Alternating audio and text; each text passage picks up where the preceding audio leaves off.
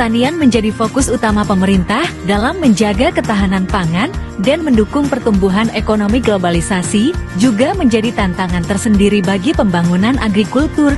Oleh karena itu, fokus pembangunan agrikultur di Indonesia tidak hanya untuk menghasilkan produk-produk pertanian berdaya saing tinggi, tetapi mampu mengembangkan pertumbuhan daerah serta memberdayakan masyarakat. Dalam rangka meningkatkan produktivitas petani, pemerintah telah meluncurkan berbagai upaya dukungan, salah satunya melalui kegiatan penyuluhan melalui pendekatan dan berkelompok dengan pembentukan kelompok tani.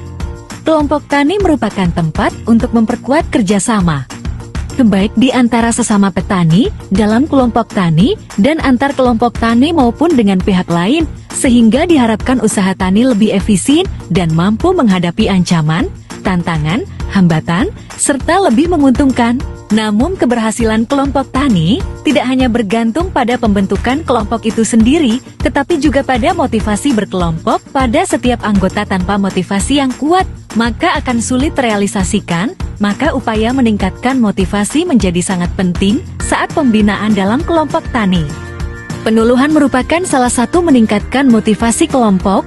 Dalam penyuluhan, petani akan mendapatkan informasi, pengetahuan, dan keterampilan baru yang relevan dalam usaha yang dimiliki oleh para anggota kelompok tani. Berkelompok dalam usaha tani sangat diperlukan. Yang pertama, untuk meningkatkan akses terhadap sumber daya. Berkelompok memudahkan petani untuk mendapatkan informasi terbaru tentang teknik budidaya, inovasi pertanian, dan teknologi yang dapat meningkatkan produktivitas lahan. Selain itu, kelompok tani akan lebih mudah mengakses sumber pendanaan seperti kredit atau bantuan dari pemerintah dan lembaga keuangan.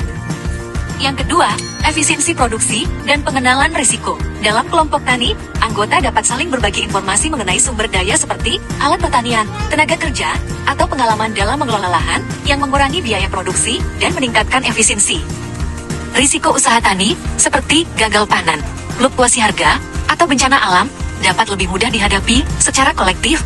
Dalam kelompok, beban risiko dapat dibagi dan anggota dapat saling mendukung untuk meminimalkan kerugian. 3. Mendorong inovasi dan adopsi teknologi. Kelompok tani dapat mengadopsi teknologi baru bersama-sama dan mempercepat penyebaran inovasi di antara anggota. 4. Membangun solidaritas dan kesejahteraan sosial.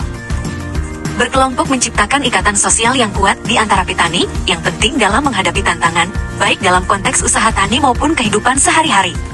Dengan bekerja sama, petani dapat meningkatkan kesejahteraan ekonomi mereka yang berdampak positif pada komunitas lokal, termasuk meningkatkan pendidikan, kesehatan, dan kesejahteraan keluarga petani. Cara menumbuhkan motivasi berkelompok yang lain dapat dilakukan dengan memperlihatkan hasil nyata dari kerja kelompok.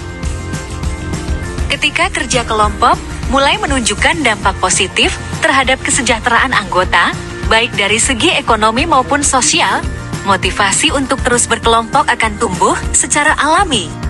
Meningkatkan komunikasi yang efektif. Berkelompok menyediakan ruang untuk berdiskusi dan menyampaikan pendapat, baik dalam pertemuan formal maupun informal. Kemudian dengan menyediakan peluang untuk pengembangan diri. Sekian yang saya jabarkan, saya pamit undur diri. Terima kasih.